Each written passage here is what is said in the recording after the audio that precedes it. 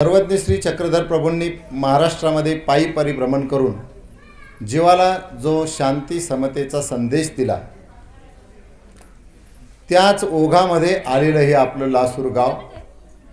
या ठिकाणी देखील स्वामी श्री चक्रधर महाराजांचं आगमन झालं. इथे देखील स्वामींनी हा संदेश आपल्याला दिलेला आहे की माणसाला दुसरं काही होता आलं नाही तरी चालेल, माणूस डॉक्टर झाला नाही तरी चालेल, माणूस इंजिनियर झाला नाही तरी चालेल, तुम्ही कुठल्या पदावर गेला नाही तरी चालेल, पण तुम्ही प्रथमतः माणूस बना. माणूस बना आणि माणसाशी माणसासारखं वागा. हे सर्वज्ञ श्री चक्रधर प्रभूंनी महाराष्ट्रामध्ये 1650 तीर्थस्थानाच्या ठिकाणी बसून आपल्या भक्तगणांना सांगितलं. त्यातलंच हे एक ठिकाण. इथे सर्वज्ञ श्री चक्रधर प्रभू ज्या क्रमाने आलेले आहे आणि जिथे ज्या परिसरामध्ये सर्वज्ञ श्री चक्रधर प्रभूंचं त्या काळी वास्तव्य होतं, तो परिसर म्हणजे या यादव राजाच्या कार्यकालातील हा परिसर. देवगिरीला त्यांची राजधानी, राजाचं जे वास्तव्य आहे इथे दौलताबाद या ठिकाणी असताना त्याच काळामध्ये रामदेव राजा, महादेव राजा या राजाच्या काळामध्ये स्वामी या परिसरामध्ये फिरलेले आहेत. हे फिरत असताना समाजाचं जे काही अधपतन होताना सर्वज्ञ श्री चक्रधर स्वामींनी समाजामध्ये जाऊन बघितलं तर देवाला त्याचं फार मोठा कळवळा आलेला आहे. बुडते हे जन न देखवे डोळा म्हणून कळवळा येत असे. याप्रमाणे सर्वज्ञ श्री चक्रधर प्रभूंनी जवळून या समाजाला बघितलं आणि हा समाज जो आहे हा दिशाहीन समाज, दिशा भरकटलेला समाज, याला योग्य दिशा देण्याची गरज आहे हे सर्वज्ञ श्री चक्रधर स्वामींनी ओळखून या समाजाला दिशा देण्याचं काम त्यावेळी केलं.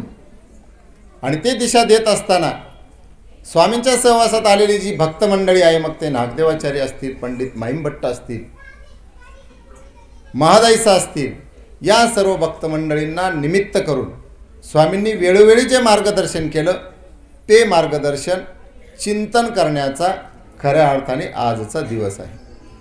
इथे स्वामींचा पदस्पर्श झाला.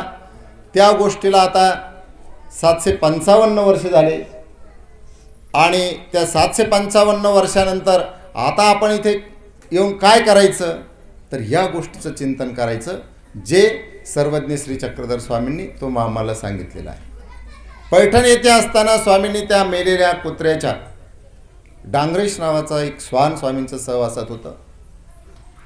भक्त मंडळींना स्वामी सांगतात, तुम्ही आमच्या आज्ञेचं पालन करीत नाहीत, तुम्ही आमच्या मनासारखं वागत नाहीत, तर तुम्ही आता इथून जा. भक्त मंडळी खिन्न मनाने तिथून उठली आणि जाण्यासाठी निघालेली आहे. सर्वांकडे बघून स्वामींनी सांगितलं, सर्व मंडळी निघून गेली. तिथे डांगरेश नावाचं श्वान बसलेलं होतं. स्वामी त्यालाही उद्देशून म्हणतात, डांगरेशा तुम्ही पण जा. कुत्रा असलेला हा जीव, कुत्र्याच्या योनीमध्ये असलेला हा जीव स्वामींच्याकडे निरागसतेने बघत होता. अचानक स्वामींचं हे बोलणं कानात शिसवतावं असं त्या प्राण्याला वाटलं आणि क्षणार्धात बाहेर जीभ काढून बसलेला हा कुत्रा तिथून उठला. स्वामींना सव्य प्रदक्षिणा, लीळाचरित्रामध्ये उल्लेख आहे की स्वामींना त्यांनी असं सव्य म्हणजे उजव्या बाजूने असं फिरला गोल. अंतःकरण एकदम भेदून गेल्यासारखं झालेलं आहे, पावलं जड झालेले आहे आणि तो कुत्रा स्वामींच्या भोवती डांगरेस असा फिरला आणि फिरून तो जाण्यासाठी निघालेला आहे. तो दूर गेला. थोडा वेळ झाला. आता स्वामींची जी नाराजी आहे ती कमी झाली असेल म्हणून भक्त मंडळी स्वामींच्या जवळ एक एक एक एक एक जण येऊन बसतात. सर्वांच्याकडे बघून स्वामी त्यांना उद्देशून म्हणतात, तुम्ही सर्व आलात, डांगरेश आला नाही. कोणीतरी एक जण म्हटलं, गेला असं ना, आल्या पाल्या. काहीतरी कुठेतरी काही खाण्यासाठी पोट भरण्यासाठी स्वामी म्हटले तैसा हा नव्हे. प्रतिदिन स्वामींच्या प्रसादाचा घास घेणारा हा डांगरे स्वामी म्हणतात तैसा हा नव्हे. चला त्याला शोधा म्हटले आणि शोधण्यासाठी सर्वजण जातात. निरोप येतो की डांगरे सापडलेला आहे, परंतु तो आता इथे येण्याच्या अवस्थेत नाही. स्वामी स्वतः सर्वज्ञ आहेत, स्वामींनी ते जाणलेलं आहे, परंतु जाणीव भक्तगणांना करून द्यायची आहे म्हणून शोधायला त्यांना पाठवलेलं आहे. निरोप आल्यानंतर स्वामी तिथे पोहोचले तर डांगुरेश ज्या ठिकाणी होता ते ठिकाण म्हणजे एक असं छोटंसं डबकं होतं. तिथे चिखोल पाणी साचलेलं होतं, चिखोल झालेला होता आणि त्या पाण्यामध्ये चिखलयुक्त पाण्यामध्ये त्या डांगुरेशाने आपलं तोंड खुपसलेलं होतं आणि ते निष्प्राण झालेलं त्याचं शरीर. स्वामी श्री चक्रधर महाराज तिथे पोहोचले आणि तिथे पोहोचल्यानंतर उकडासनी स्वामी तिथे बसले आणि त्या डांगुरेशाच्या गतप्राण झालेल्या डांगुरेशाच्या पाठीवर स्वामींनी आपला श्रीकर फिरवला. दया घनाला दया आली आणि त्याच्या मुखातून जे शब्द त्या ठिकाणी निघाले, हा हा डांगुर्या हे काही केले. त्या जगन्नियंताचे डोळे देखील पाणवले. त्या ठिकाणी आवाज जड झाला, अंतःकरण जड झालं. डांगुर्या हे काही केले. आणि स्वामींनी त्याच्या पाठवून श्रीकर फिरवला. तिथे स्वामी थोडा वेळ बसले. एक सूत्र भगवंताने त्या ठिकाणी सांगितलं. भगवंताच्या श्रीमुखातून जे वाक्य बाहेर पडलं ते स्वयं म्हटले, ज्ञानापशी प्रेम उत्तम. भक्तजनांना उद्देशून म्हणतात, अरे तुमच्यापेक्षा हा प्राणी बरा आहे, ज्यांना आमची भाषा कळालेली आहे.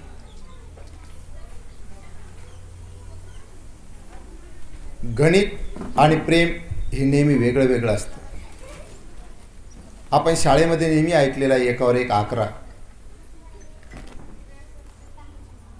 एकावर एक 11च होतात, बरोबर आहे, पण एकात एक मिळाला की 2 बनतं. पण हे एक आणि एक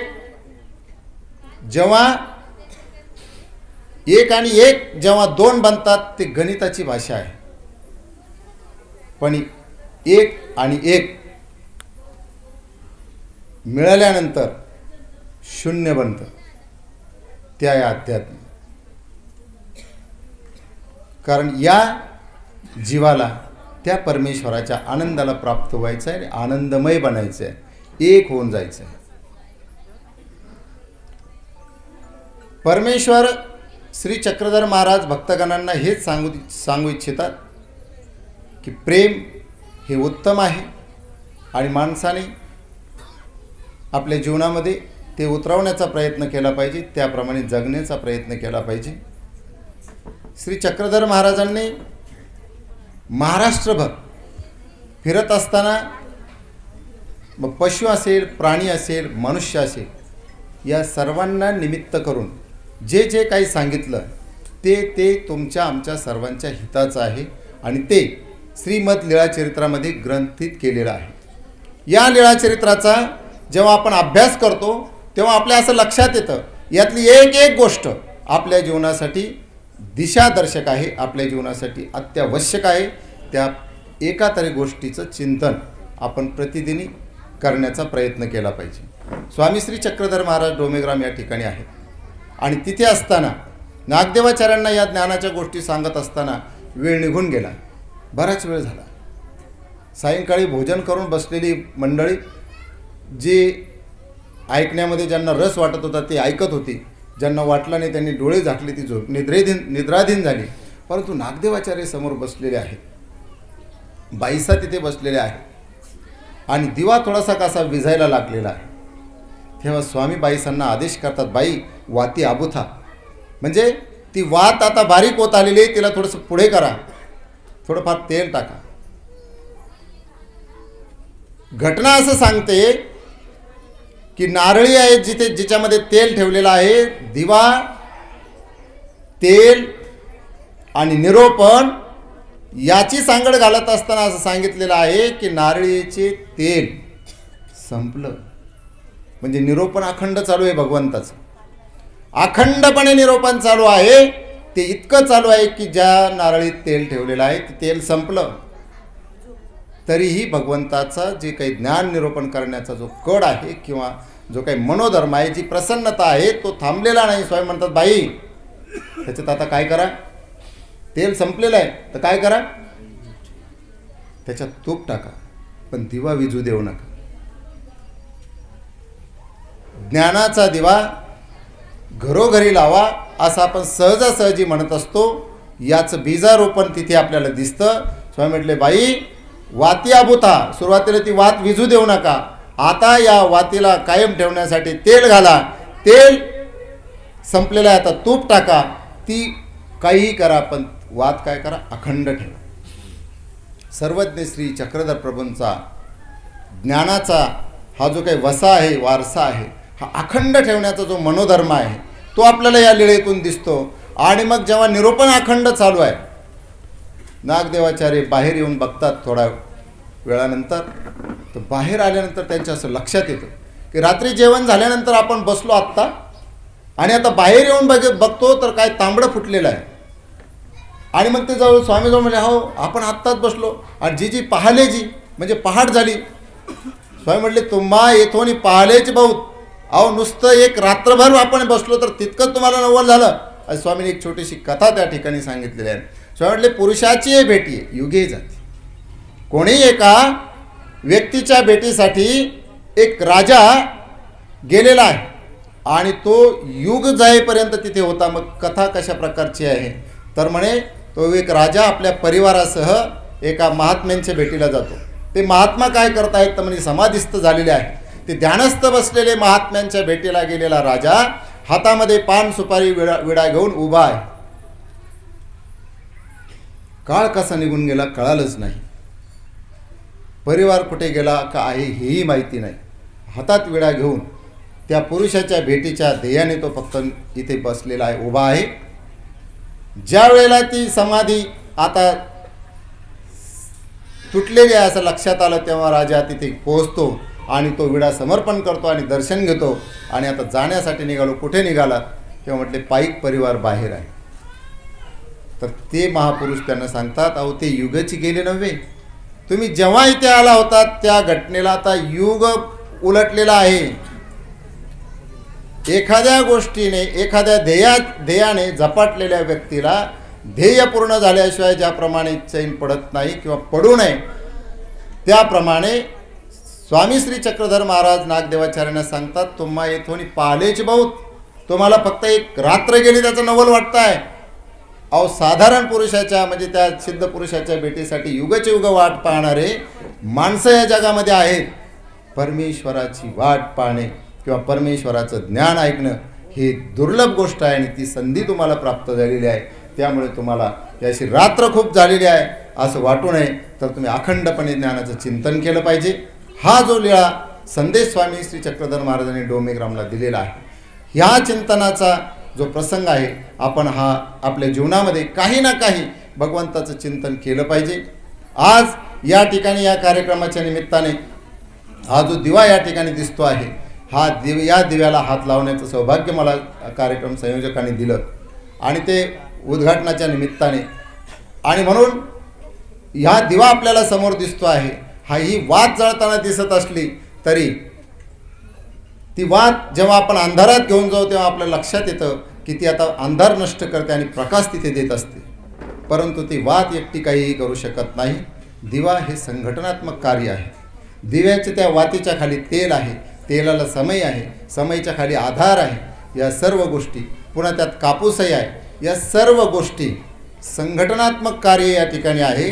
आपल्या जीवनामध्ये देखील आपण हे संघटनात्मक काही गोष्टी केल्या तर निश्चितच यशस्वी होतो. या दिव्याच्या त्या एवढ्याशा वातीने जसा प्रकाश इथे प्रसारित झालेला आहे, त्याप्रमाणे आपण छोटे जरी असलो पण जर संघटित झालो तर निश्चितच आपल्या कार्याचा प्रकाश पडल्याशिवाय राहणार नाही. हे आज उद्घाटनाच्या निमित्ताने मी या ठिकाणी आपल्याला सांगतो. आज आदरणीय महंत श्री रामचंद्र बाबा यांनी आपल्या जीवनाचे 70 वर्ष जवळजवळ या मंदिराच्या विकासासाठी घातलेले आहे. आज जे कायापालट झालेलं स्वरूप आपल्याला दिसतं आहे ते आपोआप झालेलं नाही. बाबांनी आपल्या जीवनात अतिशय खडतर प्रवास केलेला आहे.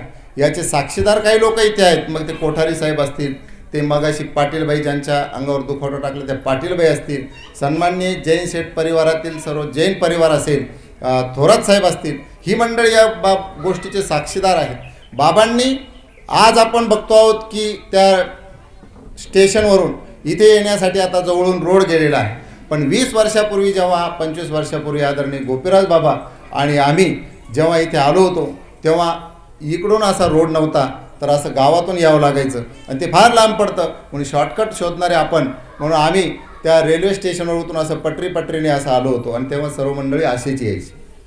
अशी वाट असताना बाबा कपड्याने शिवलेली शबनम गळ्यात अटकून रेल्वेची वाट बघत येईल तेव्हा रेल्वेने संभाजीनगरला येऊन रिक्षाला पैसे खर्च होतात आणि आपल्याला मिळालेला पैसा हा असा वायफट खर्च होऊ नये, तो आपण काटकसरीने वापरला पाहिजे या विचाराने बाबा संभाजीनगरला कुठेही जायचं असलं तर पायी फिरताना मी 2-4 वेळा त्यांना बघितले। अशा कष्टातून या ठिकाणी ही जी जागा किंवा हे जे सौंदर्य आज आपण बघतो आहोत ते आपोआप उभं राहिलं नाही, बाबांनी फार त्यासाठी मेहनत घेतलेली आहे। सर्वज्ञ श्री चक्रधर प्रभूंची कृपा तर निश्चितच आहे, स्थानापतीचा मनोधर्मही आहे, पण त्यामागे बाबांची जी काही पराकाष्ठा आहे, प्रयत्न आहे, तेही इथे उल्लेखनीय आहे। त्यांच्या पाठीमागे डॉक्टर रत्नप्रभाताई ज्या आता नूतन महंत आहेत, महंत महेंद्र व्यास बाबा बिडकर यांनी बाबांच्या जे काही मार्गदर्शनातून त्यांनी ते आपल्या जीवनामध्ये जे काही ज्ञानाचे धडे गिरवले याचा पुरेपूर उपयोग व्हावा या दृष्टीने त्यांनी तो अध्ययन करण्याचा प्रयत्न केला, ते डॉक्टर पदवी प्राप्त केली आणि त्याच गोष्टीचा सन्मान म्हणून मानव संप्रदायातील ज्येष्ठ असे उपाध्य कुलाचार्य आदरणीय श्रद्धेय रणाईचे येथील बाबांनी त्यांच्या कार्याचा सन्मान म्हणून त्यांना महेंद्र व्यास महंतेने त्यांना काय प्रतिष्ठित केलं, सुशोभित केलं। ताईंच्या अनुसरणाला मला वाटतं आता 12 वर्ष पूर्ण होत आहेत है हां, तर ताईंनी या ठिकाणी जेव्हा दीक्षाविधी घेतली, भानखेडीचा कार्यक्रम झाला संपला तिकडे आणि इकडे दीक्षेचा कार्यक्रम झाला, त्या घटनेला आज 12 वर्षे पूर्ण झालेले आहे। बाबा 2-3 महिन्यापूर्वी माझ्याकडे आले होते, म्हटले बाबा आता हे 12 वर्ष तपपूर्तीचा कार्यक्रम होतो आहे, या वर्षी जो पदस्पर्श पावन दिन आपण साजरा करणार आहोत तो तपपूर्ती सोहळा आहे। एक तर त्यांच्या संन्यास दीक्षाविधीला पूर्ण झालेला आहे, त्यांनी डॉक्टरेट पदवी प्राप्त केली, त्यालासुद्धा 12 वर्षे पूर्ण झालेले आहेत आणि आता मी कार्य करतो आहे, हे कार्याची जबाबदारी ती धुरा मी ताईंवर आता 100% पूर्णपणे सोपवतो आहे, तर त्याला काहीतरी निमित्त असावं याही दृष्टीने हा कार्यक्रम महत्त्वाचा आहे, म्हणून तुम्ही आलं पाहिजे असंही बाबांनी त्यावेळेस कल्पना दिली होती। असा हा तपपूर्ती सोहळा याला साजेसं कार्य ताईंनी या ठिकाणी चालू ठेवलेलं आहे आणि पुढेही निश्चितच चालू राहणार आहे। त्यांनी त्यांच्या मार्गदर्शनात काम करत असलेले संजय भौतिखे यांनी आपलं पुत्ररत्न या ठिकाणी समर्पित केलेलं आहे आणि खऱ्या अर्थाने वारसं या दृष्टीने त्याच्याकडे बघायला हरकत नसावी आणि ते अतिशय सात्विक अशा प्रकारचा मुलगा तो या ठिकाणी आपल्याला त्यांच्या मार्गदर्शनातून वाढताना आपल्याला दिसत आहे। असं हे कार्य, हे जे बाजूच्या जे काही बांधकाम आहे हे आहे, यामध्ये फार मोठे प्रयत्न आणि आपण सर्वजण इथे आलेल्या प्रत्येकाचा सहभाग त्यामध्ये निश्चितच आहे, म्हणून या कार्यक्रम प्रसंगी आपण सुद्धा अभिनंदनास पात्र आहात।